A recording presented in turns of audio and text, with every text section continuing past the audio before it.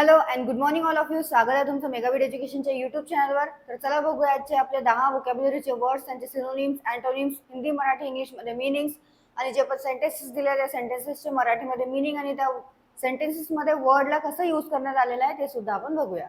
So start करूया आपल्या आजच्या सेशनला. फर्स्ट वर्ड आहे आपल्या आजच्या सेशनचा, तो आहे गॉकिंग. GAWKING, गॉकिंग. गॉकिंगचं मीनिंग होतं स्टेअर ओपनली अँड स्टुपिडली. म्हणजेच काय करणे, तर एक टक लावून बघणे. मराठीमध्ये आपण म्हणतो एक टक लावून बघणे. त्याला इंग्लिशमध्ये काय वर्ड आहे, तर गॉकिंग. हिंदीमध्ये गॉकिंगचं मीनिंग होतं आंखें फाडकर देखना आणि इंग्लिशमध्ये काय होतं, स्टेअर ओपनली अँड स्टुपिडली. मराठीमध्ये मीनिंग होतं गॉकिंगचं टक लावून पाहणे. आणखी काय होतं, मूर्खासारखे पाहणे. मूर्खासारखे बघणे. ओके, सो गॉकिंगचं इंग्लिशमध्ये मीनिंग होतं स्टेअर ओपनली अँड स्टुपिडली. हिंदीमध्ये मीनिंग होतं आंखें फाडकर देखना. मराठीमध्ये मीनिंग होतं टक लावून पाहणे आणि मूर्खासारखे बघणे. सेंटेन्स सिनोनिम काय आहे त्याचे, गॅप, गॉगल आणि गेस. सिनोनिम्स आहेत गॅप, गॉगल आणि गेस. सेंटेन्स मध्ये कसं यूज केलेलं आहे गॉकला, आय हेट बिंग गॉक्ड ॲट. म्हणजेच मराठीमध्ये अर्थ काय होतो सेंटेन्सचा, माझ्याकडे एक टक बघितलेलं मला अजिबात आवडत नाही. तर इथे गॉक म्हणजे यूज करण्यात आलेला आहे एक टक बघितलेलं. ओके, काय आहे, I hate being walked at म्हणजे मला माझ्याकडे एक टक बघितलेलं मला आवडत नाही, मला अजिबात आवडत नाही. नेक्स्ट वर्ड आहे कॉम्प्लिसन्सी. COMPLACENCY, कॉम्प्लिसन्सी. कॉम्प्लिसन्सीचं मिनिंग काय आहे, तर a feeling of smug or uncritical satisfaction with oneself or one's achievement. म्हणजेच काय, तर जसं की काही आपण अचीव केलेलं आहे तर आपल्या स्वतःला काय होते, एक सॅटिस्फॅक्शन होते, संतुष्टता मिळते. स्वसंतुष्टता जे असते, आत्मसंतुष्टता जे असते, त्याला काय म्हटलं जातं, कॉम्प्लेसन्सी असं म्हटलं जातं. सो कॉम्प्लेसन्सीचं इंग्लिशमध्ये मिनिंग काय आहे, a feeling of smug or uncritical satisfaction with oneself or one's achievement. हिंदीमध्ये मिनिंग होतं शालीनता. मराठीमध्ये कॉम्प्लेसन्सीचं मिनिंग होतं आत्मसंतुष्टता किंवा स्वसंतुष्टता किंवा आत्मसमाधान. सो मराठीमध्ये मिनिंग काय होतं कॉम्प्लेसन्सीचं, आत्मसंतुष्टता, स्वसंतुष्टता किंवा आत्मसमाधान. सिनोनिम्स आहेत कॉम्प्लेसन्सीचे, स्मगनेस, सेल्फ सॅटिस्फॅक्शन आणि सेल्फ अप्रुव्हल. सिनोनिम्स काय आहेत तर कॉम्प्लेसन्सीचे, स्मगनेस, सेल्फ सॅटिस्फॅक्शन आणि सेल्फ अप्रुव्हल. आणि अँटोनिम्स आहेत डिफिडन्स, मॉडेस्टी आणि हंबलनेस. अँटोनिम्स आहेत डिफिडन्सी, मॉडेस्टी आणि हंबलनेस. सेंटेन्स मध्ये कसं यूज केलेलं आहे कॉम्प्लेसन्सीला, doctors have warned against complacency in fighting common disease. सेंटेन्सचा मराठीमध्ये अर्थ काय आहे, सामान्य आजारांशी लढा देताना गाफील न राहण्याचा इशारा डॉक्टरांनी दिलेला आहे. सो इथे कॉम्प्लिसन्सी म्हणजे यूज करण्यात आलेला आहे गाफील. ओके, काय आहे, doctors have warned against complacency in fighting common disease. म्हणजे सामान्य आजारांशी म्हणजे कॉमन डिसीजची लढा देताना म्हणजे फाईट करताना गाफील न राहण्याचा म्हणजे कॉम्प्लिसन्सी न राहण्याचा इशारा डॉक्टरांनी दिला आहे. नेक्स्ट वर्ड आहे इंट्युइटिव्ह.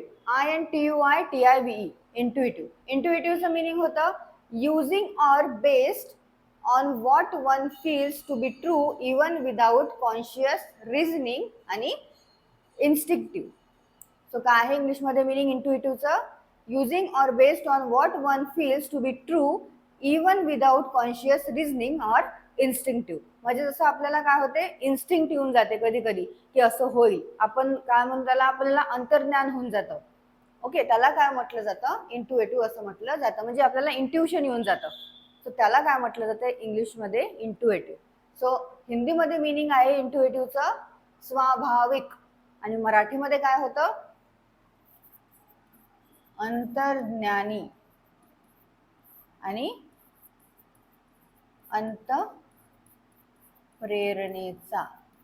सो मराठीमध्ये मिनिंग होतं इंट्युएटिव्हचं अंतर्ज्ञानी आणि अंतप्रेरणेचा. सिनोनिम्स आहेत इन्स्टिंक्टिव्ह, इंट्युएशनल आणि इन्स्टिंक्च्युअल. काय आहेत सिनोनिम्स इंट्युएटिव्हचे? इन्स्टिंक्टिव्ह, इंट्युएशनल आणि इन्स्टिंक्च्युअल. सेंटेन्स काय यूज करण्यात आलेला आहे बघूया. सेंटेन्स मध्ये कसं यूज केलेलं आहे वर्डला. So men are often regarded as less intuitive than women. म्हणजेच काय आहे सेंटेन्सचा अर्थ, पुरुषांना अनेकदा स्त्रियांपेक्षा कमी अंतर्ज्ञानी मानले जाते. इथे इंट्युएटिव्ह म्हणजे यूज करण्यात आलेला आहे अंतर्ज्ञानी म्हणून. सो काय आहे, men are often regarded as less intuitive than women, म्हणजेच पुरुषांना अनेकदा स्त्रियांपेक्षा कमी अंतर्ज्ञानी मानले जाते. नेक्स्ट वर्ड आहे ॲक्रिडिटी. ॲक्रिडिटीचं मिनिंग होतं a harsh or sharp quality. A harsh or sharp quality म्हणजे कशाबद्दल, तर कोणी कोणी एकदम तिखट बोलतं. ओके, तिखटपणा ज्याच्यामध्ये असतो बोलण्यामध्ये किंवा वागण्यामध्ये किंवा कडवटपणा असतो, त्याला काय म्हटलं जातं, ॲक्रिडिटी असं म्हटलं जातं. सो ॲक्रिडिटीचं इंग्लिशमध्ये मिनिंग होतं हार्श ऑर शार्प क्वालिटी. हिंदीमध्ये मिनिंग होतं कटुता. मराठीमध्ये काय मिनिंग होतं, तीव्रता, तिखटपणा, जहालपणा आणि कडवटपणा. सो मराठीमध्ये मिनिंग होतं ॲक्रिडिटीचं तीव्रता, तिखटपणा, जहालपणा आणि कडवटपणा.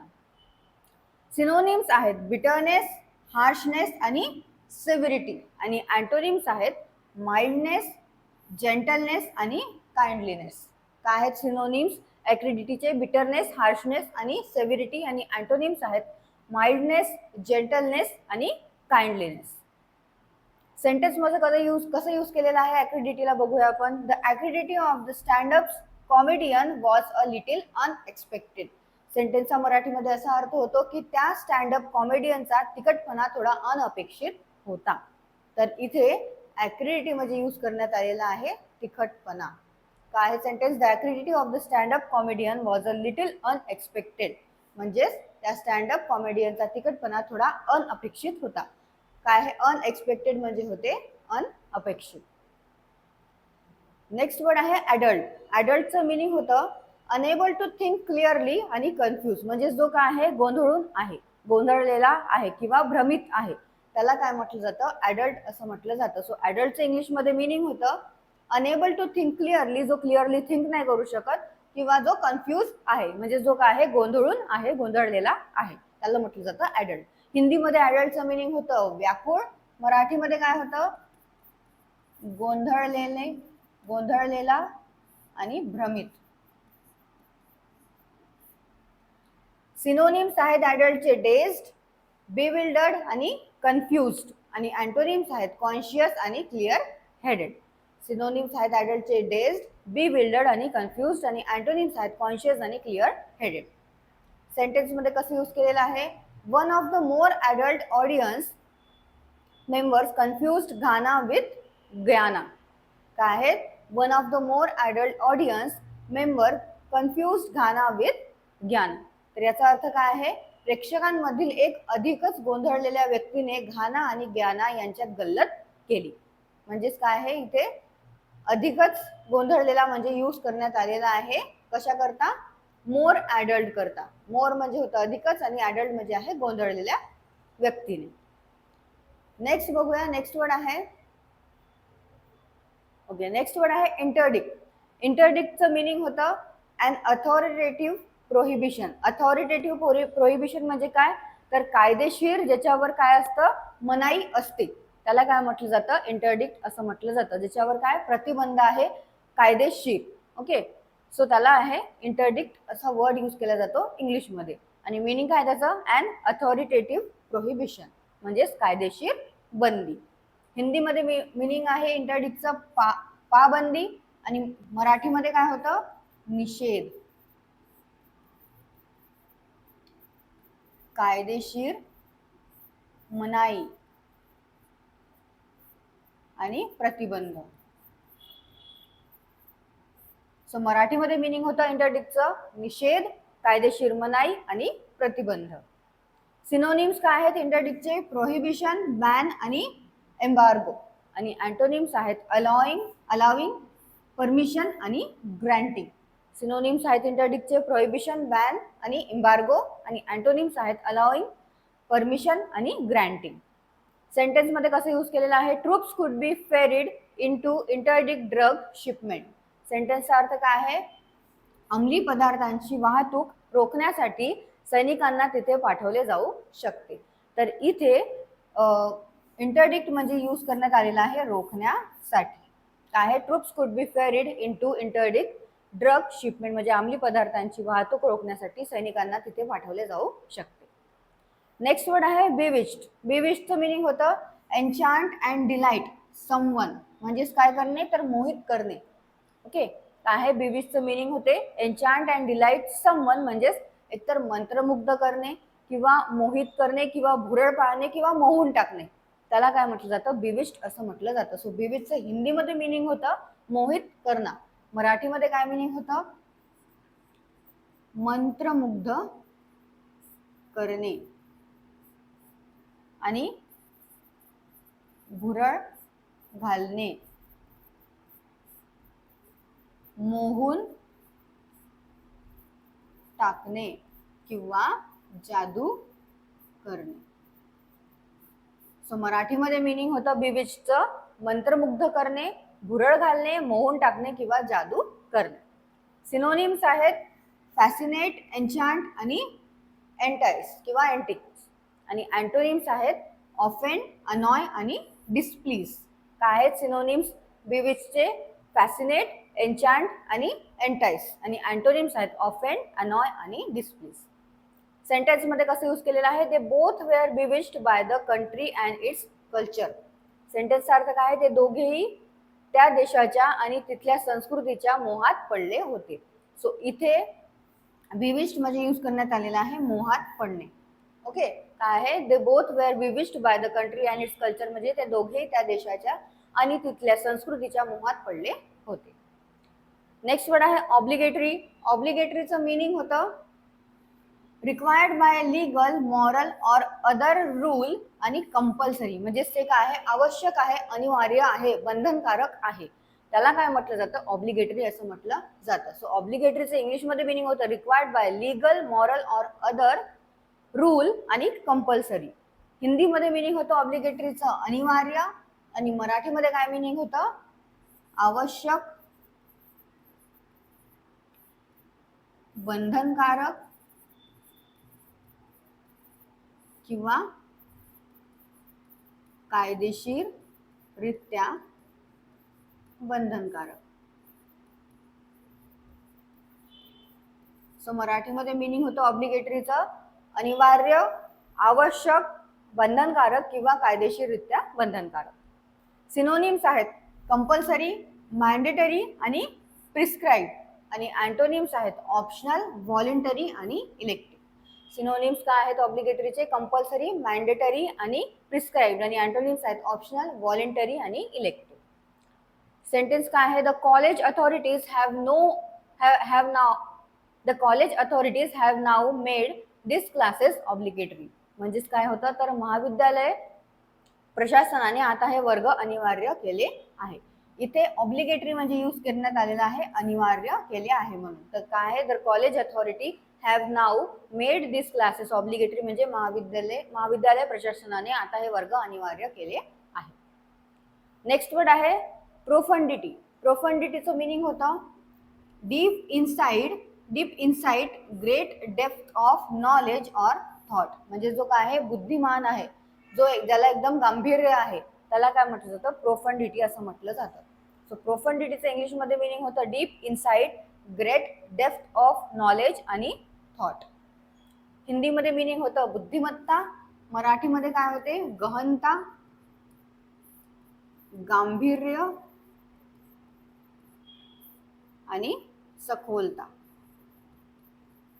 सो मराठीमध्ये मिनिंग होतं प्रोफंडिटीचं गहनता, गांभीर्य आणि सखोलता. सिनोनिम्स आहेत विजडम, डीप, इनसाइट आणि इंटेलिजन्स. आणि अँटोनिम्स आहेत स्टुपिडिटी आणि विटलेसनेस.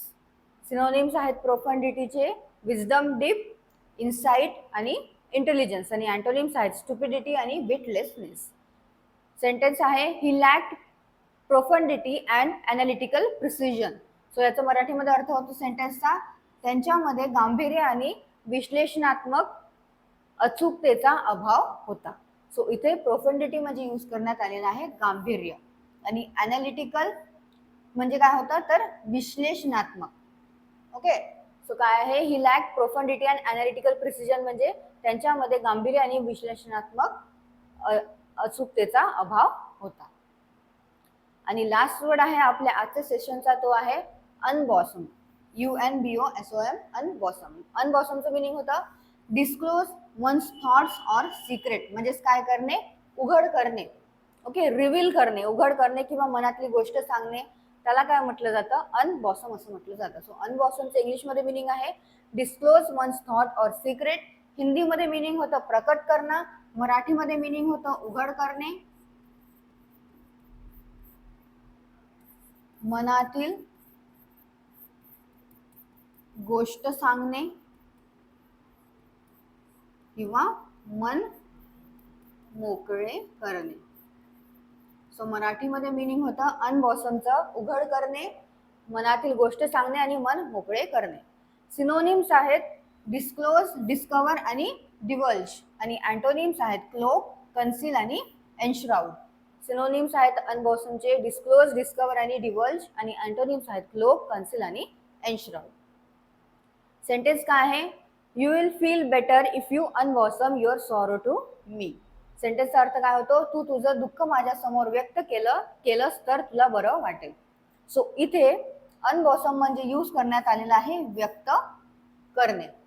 काय आहे you will feel better if you unbosom your sorrows to me म्हणजे तू तुझं दुःख माझ्यासमोर व्यक्त केलंस तर तुला बरं वाटेल. आणि इथे अनबॉसम म्हणजे यूज करण्यात आलेला आहे व्यक्त करणे. सो हे परत एकदा तुम्ही वाचून घ्या. सिनोनिम्स, अँटोनिम्स, मराठीमधले मिनिंग, हिंदीमधले मिनिंग. तुम्हाला जे पण मिनिंग्स इझी वाटत आहे मराठी किंवा हिंदीमधले ते तुम्ही वाचू शकता. तुम्हाला याची PDF डिस्क्रिप्शनमध्ये मिळून जाणार. व्हिडिओच्या खाली डिस्क्रिप्शन आहे त्यामध्ये तुम्ही तिथनं PDF तुम्ही डाउनलोड करू शकता. सो तुम्हाला सेशन आवडलं असेल सेशनला लाईक करा, चॅनलला सबस्क्राईब करा, तुमच्या फ्रेंड्सला शेअर करा. All the best all of you and thank you.